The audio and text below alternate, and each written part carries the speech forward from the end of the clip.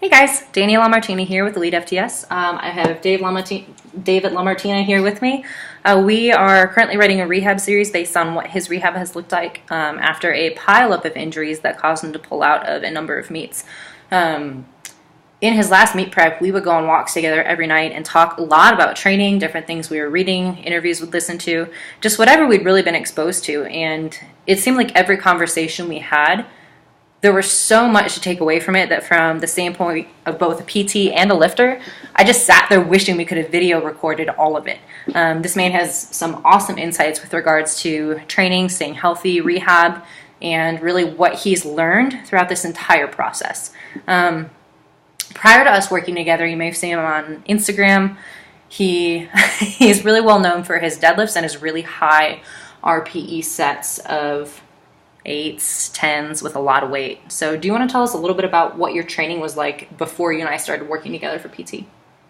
It was a lot of high rep, very high effort, grindy sets for a lot of volume. That was basically it, yeah. Yeah. This is the kind of guy that'd squat on rep 4, and most people would rack it, and he'd take it for 4 more reps kind of thing. So we're talking RPE like beyond what it needs to be. And you train like that pretty much all the time, right? Yeah, like 4 out of 5 or 6 sessions. And this might be kind of a weird question. I don't know that we've talked about this. Why did you prefer to train that way? I mean, a part of it is that it was effective. I mean, I do really well with really high effort, grindy sets because I think if there's a continuum of kind of explosive strength versus grindy, slow strength, I'm definitely on the latter end. Mm-hmm. But other than that, that's just how I like to train. I like to push sets really hard when I'm healthy enough, but lately I've needed to get away from that at least part of the time because it's just not conducive to staying healthy long term. Yeah. So training that way for you was more specific to how you're going to take a max effort attempt anyway. So it made sense to train that way. It did, although since changing things up a bit, even a third attempt or a near max attempt in the gym will be much faster than it used to be. Less of a grindy lifter. Is there anything, well, better question, what do you think has changed that?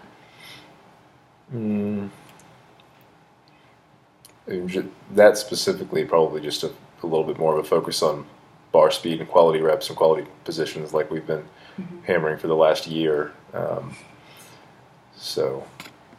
And I guess that's the key word there is position, where prior to us working together, you were very much about high volume, high rep, high RPE, assuming that for your third attempt, if you wanted to go 9 for 9 or 8 for 9, that's what you needed to train.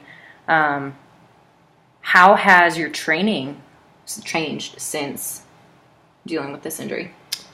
It's been doing a lot more of the stuff that I either neglected before or just even hate doing, stuff like single leg work, for instance, super important for position. I never did it before. I always avoided it. Now it's pretty much a staple, and I still hate it, but I know that I have to do it if I want to be able to do the stuff that I really enjoy and perform on the platform. I've had to kind of either get rid of or at least temporarily drop a lot of my pet lifts. Like I used to love doing a lot of high bar squatting, really high effort, and a lot of conventional pulling, both of which were aggravating a lot of the issues that I had, especially the hamstring tear that I had. So overall, it's just been kind of embracing the training process even more than I did before and just being okay with not being able to do certain things, at least not if I wanted to stay healthy. I want to come back to the word position because I think that's something that you and I have talked about a lot, where ultimately that's what we changed with your main lifts, whether it be a squat or pull, and how we kind of integrated that to the single leg work, how much you hate it. And most people do, and I work with a lot of people that are like, body weight sucks, and I'm like, I know. Can you tell us what it was like to have to actually go through things that, for someone who's used to feeling 600 plus pounds in his hand, some single leg work that feels kind of piddly was it challenging? Was it, tell us what that was like? Yeah, everything that worked on my weakest points positionally was extremely challenging, and it still is. I mean, nothing feels taxing in quite the same way as like a single leg split squat or a lunge, and I was horrible at it. I'm still not that great, but I've gotten better. But yeah, I had to be okay with just using body weight or maybe 95 pounds on the bar if it was a lunge or something like that. But it was just a new challenge. So as soon as I looked at it that way, it's a little easier to grind away at it because I know I have to. So I have to find some mental approach that lets me at least not hate it. I still don't like it, but hate it less. Yeah. So you brought up two really good points of that. One, the mental approach, but also the fact that you had to use submax weight. And again, I want to take this opportunity to drive home the point of position. If we didn't care about what your pelvis was doing, do you think you could have loaded more weight on the bar? Oh, sure. I think I did that at the beginning with most exercise anyway, until you told me I had to use even less. And I begrudgingly did that maybe 1 or 2 sessions later. What did it take for you to actually feel the difference in position? Was it something like controlling the speed? Was it feeling the difference in strength from left to right? Like, what made it click to you that you actually had to go, holy shit, this is way different side to side? Usually it was taking the weight down way less than I wanted to, at least at first, for the first couple times I did the movement. Listening to your cues really well on what I was supposed to feel. A lot of the time, usually I'm way worse on my left side, where most of the injuries have been as well. So sometimes it was a matter of doing it on the right side first, feeling what it's supposed to feel like there, which made it a lot easier. And then if I go back to my left, then I at least know what it's supposed to feel like. It's a little bit easier to find that subtle feeling I'm going for, like feeling my glute work, or instead of my low back. Yeah, no, definitely. Something I use a lot clinically is I'll give people that opportunity where I'll say, okay, hey, here's a side that under, most circumstances is going to work the way it needs to 100%. We're going to give this side a score of 100%. What score do you give the side that you're really working on? And I think subjectively, at one point, you were giving your left side like a 60 or 65% of right, and this is with 95 pounds on the bar-ish. Yeah, it's just kind of, there was always a feeling where my whole left leg and left glute just kind of weren't there. I mean, they were doing the work. You could video it and look at positions, and you could see me doing the work, but it just didn't feel right until a good 4 or 5 sessions in. Sometimes it still takes a while to work back into that once I start doing a different single leg movement. That's a good point. So, I mean, even mentally, how has that changed how you approach your rehab and your prehab with regards to intensity? I guess, how has this changed how you warm up for a good training day now?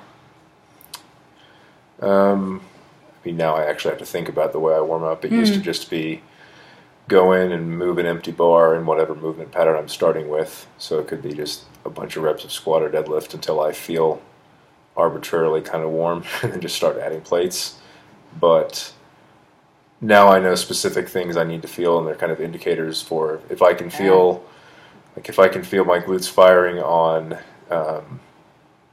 a split squat with a goblet or with a kettlebell in the front rack position, then I know I'm probably good to go to squat. Or if I have really good balance on my left leg in a single leg RDL, I'm probably going to have a good squat. And if I can't feel that, then I need to keep warming up until I can get it at least a little bit better than I started. This is like music to my ears. How has it changed how your sessions feel overall in terms of like productivity and how you even define productivity? It's definitely made them a lot more productive. I think we're always hard on ourselves. So now I'll still get through a session and look back at what could have been better and think, man, I don't know if that session was so great. But comparing it now to a couple of years ago, what looks like an identical session on paper would be far more productive now, because I know that I was actually paying really close attention to the movement quality rather than just did the bar move the way I wanted it to, and did I get the sets, reps, and weight in. What was the other part of the question? Oh, I don't remember. But I think, and I want to make sure I'm hearing this right, but it sounds to me like you're saying that you've noticed a qualitative difference in even your learning of technique. And it's not like you're a new lifter. I mean, you've been doing this since you were 14 is when you first started lifting? Yeah. So you're almost 29 now. That's 15 years of lifting, and something as simple as feeling the intent of a movement has changed your training. Is that accurate? Yeah, absolutely. Would you have anything else to say about that, or it's good? I mean, that's pretty much it. If we were going to get into the specifics, it's kind of all boils down to a few things for me, like feeling my transverse abs work, feeling my glutes work the way they're supposed to. It's not like The purpose, yeah. I mean, those two things, if I can get those two things right, a squat and pull are pretty much going to feel good. So Dave tore his TFL, he had an SI sprain, and then multiple left hamstring tears. So he had to modify his training pretty significantly. We took him through a rehab process, which we wrote about a little bit. If you've got questions, you can always email us too.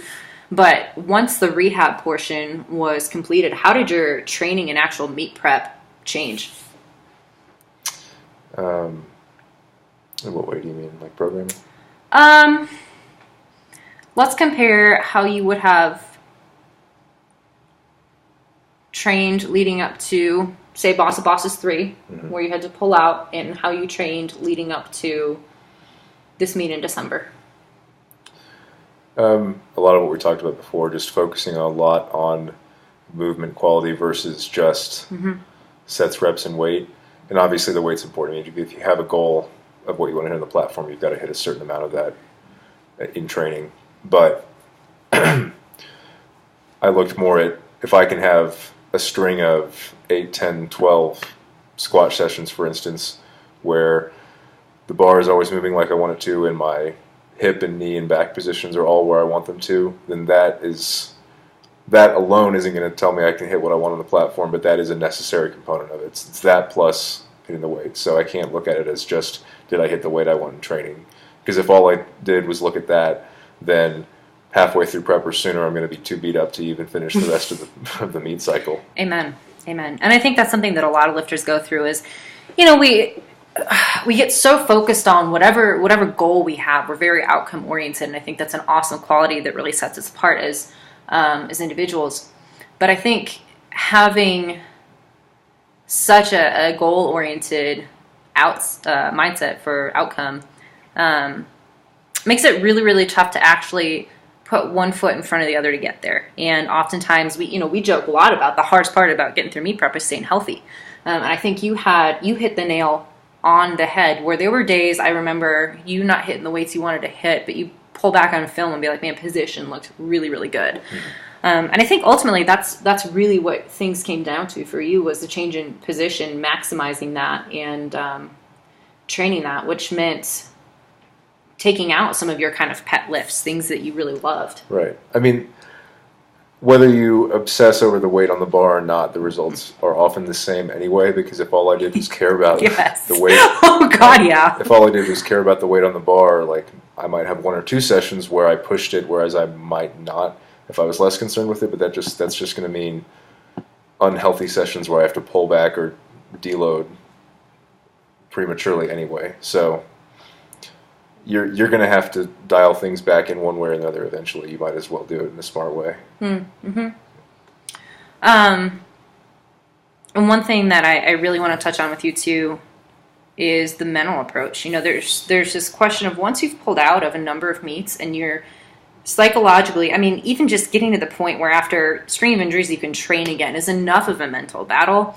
And there's so many small things that have to happen for that to line up. Once you get on the platform, how do you handle the idea of maybe not being at your very best?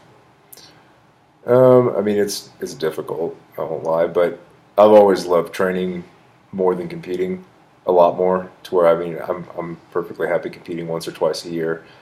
And if I had to choose between hitting massive competitive goals or being able to train healthily for the rest of my life, I would choose the latter any day. So that made it a lot easier. I still definitely want to surpass where I was before all these injuries happened, and I think I will, but I was already a kind of long-term process-oriented thinker before, and I've become even more so now. Is that what you're getting at? Yeah. I think, can you tell us a little bit more long-term for us as people who, most people listening to this video have probably been listening, lifting less than 3-4 years? I think most people in powerlifting stay in it for like 3 to 5 years. 3 to 5 years. 15. So For us, relatively, I think we think long term. We think a year from now, I want to be able to hit a certain total. Or a year from now, I want to be able to squat 8,000 pounds, which is obviously, next step. But what does that long term mean for you, and how has that changed how you approach not only your training sessions, but even just giving yourself a break if you're not 100%? Yeah. I mean, long term to me is more like, what is the next decade going to look like? Because just if I give it a rough estimation, maybe I have another 10 years of actual improvement in me if I can actually stay healthy, and then I'll always train, but what I do after that might be totally different.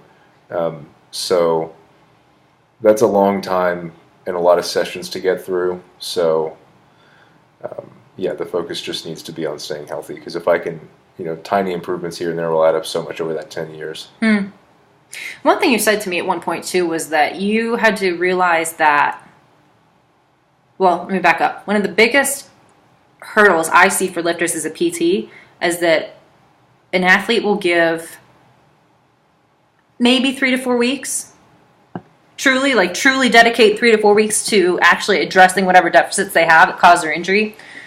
And one thing you said to me at one point was that you have to embrace the fact that a decade plus of strength is not just going to disappear in, a couple months, but likewise, a decade plus of neglect of mobility is not going to resolve itself within 2 to 3 sessions.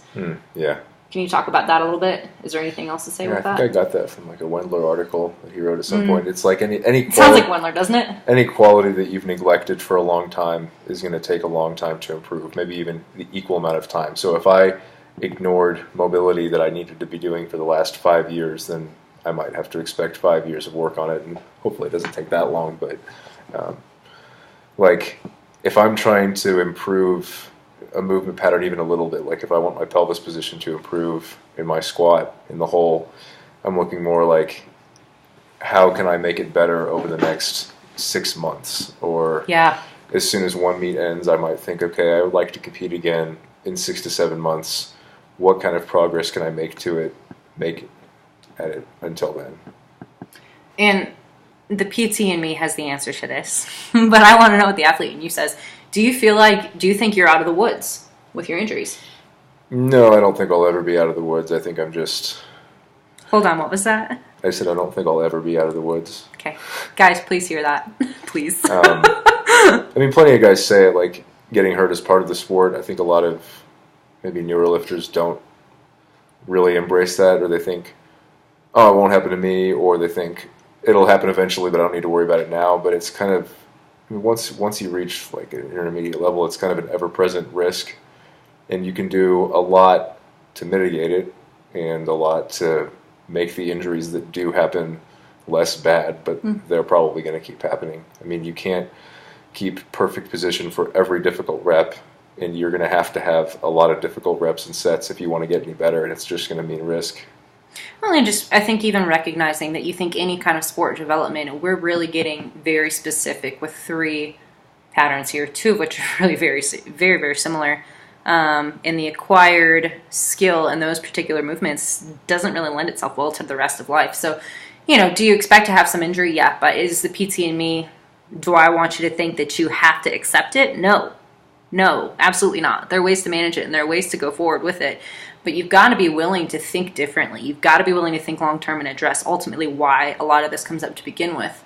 I think one of the biggest things that I was hoping would come out kind of in this candid interview was how big the long-term plays a role in things. Your patterns had built up over more than a decade, really. And now, probably for the next decade, you're going to be working to just kind of stay below that threshold where things are dysfunctional or painful. Yeah, probably. So, I think especially as people who have been lifting for less than 3 to 5 years, you've got to remember this stuff. It's really easy to see the short term or see our long term and think it's long term, but it's not. Ask guys like Dave Tate, ask guys like John Rusin, ask J.L. Holdsworth. These guys know. So be smart about it, be wise about it. But ultimately, I think that if you're looking to get back to the platform after injury, you've got to look at something in your training style isn't working for you. For Dave, that was super grindy reps where the longer he kept the bar on his back, the more out of position he got. And he would drive that pattern home for days until he got so stuck there his tissues didn't really have anywhere left to go. Does that make sense? Yeah, that and high bar squats. Yeah, that and high bar squats and RPE 11. Yeah. It's not all about the quads. Yeah, that's a different article on its own. Is there anything else that you want to add to this? Not that I can think of at the moment. Is there Okay. anything else we didn't say? I don't think so. I'll write a little bit and it'll be good to go. So All right. Thanks for your insight, for telling these big guys to listen to people that really want to help. Yep. Thanks for putting up with me. You got a question or two. Thanks, guys.